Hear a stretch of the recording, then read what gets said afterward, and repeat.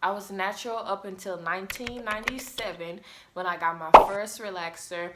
I got my first relaxer because when my mom used to do my hair, she would cry and I would cry. New life, new mind, all things behind. I'm feeling so brand new, baby. Everything new, baby. What is up to all of my kings and queens? It's your girl Alexus Crown here, and I am back with another video for you guys. So today's video, I will be talking about my natural hair journey. Finally, I'm going to be talking about my natural hair journey. You guys always ask me, did you big chop? Did you transition? Did you do this? Did you do that? And I'm finally going to tell you. So my natural hair journey starts off in 1993. Let me scoot over because I'm going to be inserting pictures. Alright, I had to scoot over because I'm going to be inserting pictures. I'm assuming somewhere over here. So my natural hair journey starts in 1993 when I was born. You know, everybody comes out with their natural hair texture, their natural curls. Some people come out with hair, some people don't. I had a head full of hair. I was so hairy. I had hair growing around my ears and my mom literally braided it. Like, I'm not kidding. Anyways, moving along. So I was born 1993. I'm 24 years old. And I was natural for about 1994, 95, 96, 97, 98, 99. I was natural 7. That's not right. I was natural up until 1997 when I got my first relaxer. I got my first relaxer because when my mom used to do my hair, she would cry and I would cry. She would cry out of frustration because I was crying because I was so tenderheaded, and I'm still to this day tenderheaded. That's why I don't allow other people to do my hair, and if they do, I'm still looking at them side-eye, looking at them crazy, like, okay, you need to be careful because the slightest part, the slightest tug will literally make my eyes water, like, no, not kidding. So I stopped being natural in 1997, and I kept getting relaxers up until, you know, I was in high school, and I started hearing about this thing called being natural. You know, I want to say it was around 2009, 2010 that I started hearing the buzz about the natural hair movement and the natural hair community. And, you know, at this point, I was old enough to make my own decision. Pause. Let me backtrack about how I literally destroyed my hair and had to get it cut off. So post getting relaxers, my mom was still doing my hair and stuff like that. So, you know, it was still long. It was still healthy. People consider long hair healthy hair, and that's not necessarily true. Just like all natural hair isn't healthy hair. So, my mom was still doing my hair after I got my relaxer when I was 4 or 5. And, you know, she would do my hair weekly, wash it, do a little girl hairstyle. Once I got to 7th grade, you know, that's when you started having athletics. And during athletics, I would, you know, curl my hair afterwards. So 6th grade was when I first went to the beauty shop to get a wrap. If you don't know what a wrap is when, you know, women go to the beauty salon and they get the little, you know, get your hair straightened out, get your hair pressed, and you wrap it up at night to preserve it.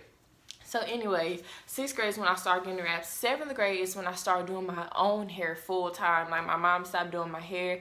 So after athletics, I would literally take a curler, curl my hair, spritz it, and I would have a wrap and literally like 4 curls in my head. So my hair was literally, I was burning my hair every single day after athletics, every single day. So 8th grade comes around. That's when I started experimenting with rinses. 9th grade comes around and I'm just full throttle, just doing what everybody else is doing. I mean, I'm getting swoops, I'm getting gel humps, I'm getting red dye, I'm getting copper dye. 10th grade year, I'm flat ironing my bangs every day. I'm flat ironing my hair if it gets frizzy. And, you know, around this time, I had to get my hair cut. So I told you, athletics 7th, 8th grade year, I was frying my hair every single day. So 9th grade year, I literally had to get my hair cut to here. And my dad was so heartbroken because apparently like a woman's hair is her virtue or whatever whatever, some old saying that he said. I'm not sure. Don't get on here saying, I'm not saying it is, I'm not saying it isn't. I don't know. But he was so heartbroken because, you know, my hair was just so long and it was so pretty and I messed it up. So 2009, I get my hair cut and I'm starting over. I'm still getting relaxers at this point, but I'm still doing my hair myself. So 2010, I'm in 10th grade.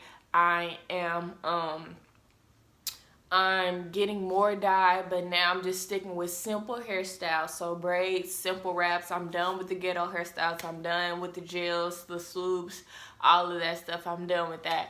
So like I said, speeding back up, 2010, 2011 is when I start hearing the buzz about the natural hair movement. So now I hated getting relaxers. You can't scratch your head days before you go. You can't do this. You can't get your hair wet. And it burns. Like, did anybody think in our minds something that burns our head cannot be healthy for us, cannot be healthy for our hair? And this is no shade to people who still get relaxers, but that's not healthy. Like, it's not. It should not be burning. Just like if you use a facial scrub or something on your face, if it burns that product, it's not for you. So anyways, moving along. So I started watching YouTube. The first people I started watching was My Hair Crush, Mahogany Curls, Natural 85, the Glam Twins. Like, I'm watching all of these people like, oh my gosh. You, like, our hair does that? Like, our hair forms curls? Like, because we were uneducated. I was uneducated. I'll speak for myself. I didn't know black women's hair could grow long. I didn't know black women's hair could curl up. I didn't know any of this. I didn't know anything about hair types or anything. So I'm doing my own research.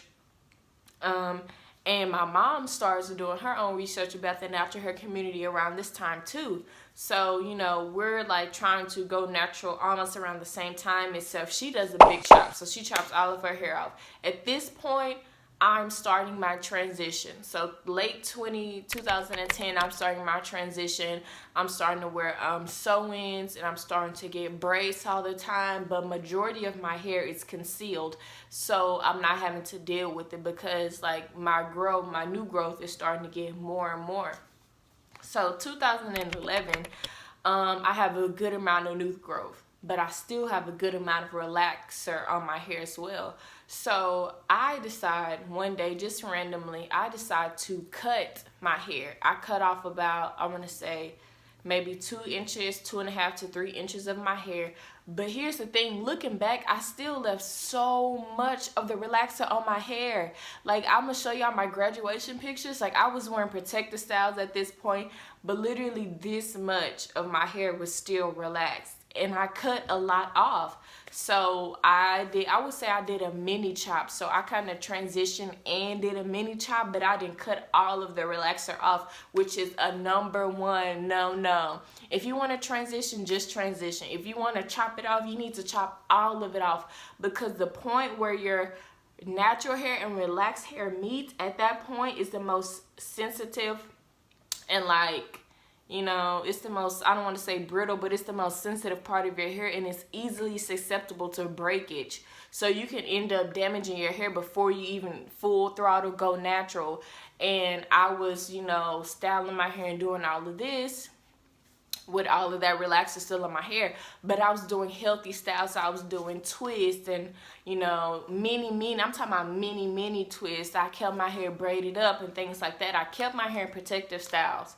And I did not straighten it. I straightened it maybe once a year. So, you know, as I'm getting older, 2012, I cut the rest of my relaxer off because my hair has grown in more. So 2012 is when I graduate high school and I'm going off to college. I'm full throttle natural at this point. I mean, I'm wearing my afro, I'm wearing my protective twist, I'm wearing this, I'm wearing that. But once I got to college, you know, I was the girl with the afro, and then I dyed my hair again. For whatever reason, I thought it'd be a good idea to dye my hair again, knowing that I get damaged every time I dye my hair. So I dyed literally half of my hair red. Don't ask me why, I don't know. So I dyed half of my hair red, and I'm looking around. I went to Texas Christian University, a PWI, which is a predominantly white institution for those of you who don't know. So, it's primarily white people up there, and then the few black people that were up there, weren't really trying to rock their natural hair at the time I was there. It's different now, but the time I was there, that wasn't really the thing to do. Well, it wasn't really cute, so I started back wearing my sew-ins like I did when I was transitioning. So I'm wearing my sew-ins, and at this point, I'm still natural. My hair is growing because I'm not dealing with it, but I developed heat damage because of my leave-out. So, I'm getting sew-ins, but I'm still getting a little heat damage. So I go to wearing kinky hair. So I'm still wearing sew-ins, but it's like literally like afro hair. And that's how I wore my hair from 2012 to, I'm going to say, 2015, early 2016. Early 2016 is when I was just like, okay, I think it was something simple as I really don't have the money to keep buying these bundles and these weaves. So I have hair, I'm going to just wear my hair. And people always say that, you have hair, why are you wearing weave, why are you wearing weave? And I'm not sure what I would say. I'd be like, oh, I don't want to deal with it, or blah blah this or blah blah that, when really I just wanted inches. I wanted long Rapunzel hair down to my butt, and I wanted to look like everybody else instead of being comfortable in the skin that I was in and staying the person that I was when I got there. That's a whole nother separate video. Don't change when you go to college. Stay true and stay grounded in your morals and your beliefs, because if you don't, you can easily become a victim to your environment and what your peers do. Moving along. So early 2016, I'm like, okay, let me wear my natural hair again. So I kid you not, y'all, I literally forgot how to do my natural hair. Like, I was literally just wearing wet, like, slick back ponytails every day. Like, I would literally wet my hair every night and slick a whole bunch of Eco Styler gel on my hair and do the wet, like, jerry curl ponytail look. Or I would just try to do flexi rods and not pull them apart and just walk around with, like, what's that girl name? Shirley Temple curls. And it was just a hot mess. And then on top of that, this is 2016, y'all, I put a box dye on my ends. Literally the worst place you can put the dye, because your ends are the oldest part of your hair, so it's the most sensitive part of your hair. Your ends dictate whether you will have, it dictates your length. So it don't matter if your hair continues to grow, because if your ends are damaged or broken or whatever, and it continues to break off, you are not going to see any growth. You are not going to sustain growth. So when I dye my ends that I just re-dyed this last December and cut off, I'm not doing dye anymore. It's not for me. Some people's hair really can't handle it. Mine and my mother's, we cannot. We experience damage every time. But anyway, I dyed my hair and I was wearing the jerry curl slick backs for whatever reason, because I literally forgot how to do my natural hair. And then mid 2016 is when I got back really onto social media.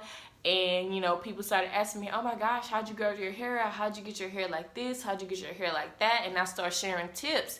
And then I got back in the groove of doing my protective styles, of doing how to wash my hair, how to detangle, how to do this, how to do that. And then I just discovered how to do a wash and go late last year. So once I started knowing how to do a wash and go, I became a lot more comfortable in my natural hair, which is a topic that I'm going to discuss.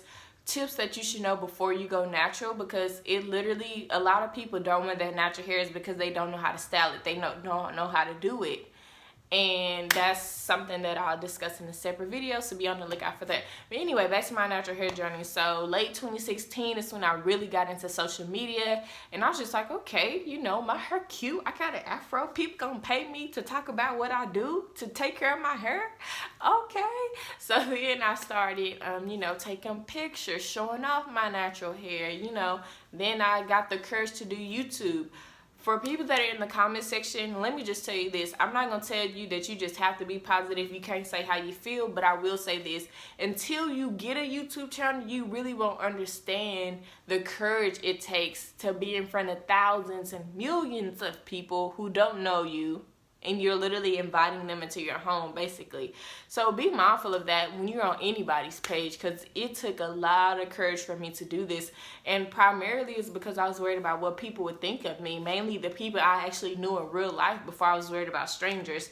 But it's another separate video. Don't let fear stop you from walking in your purpose. What God has for you will be for you. So anyways, so late last year, early mid last year, 2017, I started my YouTube channel, and I started really diving into Instagram and Facebook, promoting myself shamelessly, like Shameless Maya would say. And you know, it's just, the rest is history. 2018, I'm just walking full throttle. I know how to wear my real hair. I know how to do a safe protective style now. Getting on protective styles. I got a protective style one time, and literally it ripped my edges out because he did it too tight. It was faux locks. And one thing I want to say about a protective style is a protective style is supposed to be just that. It's supposed to protect your hair. So if you are a hairstylist, or you are someone who goes to a hairstylist, or you know someone who goes to a hairstylist that is heavy-handed, or they intentionally do tight braids, or you see the bumps around their edges or on the back of their necks, the hairstyle is too tight, you are literally putting your hair follicles into shock. You need to take it down immediately, because you literally are going to experience hair loss. And most of the time you experience hair loss in your edges, it doesn't grow back.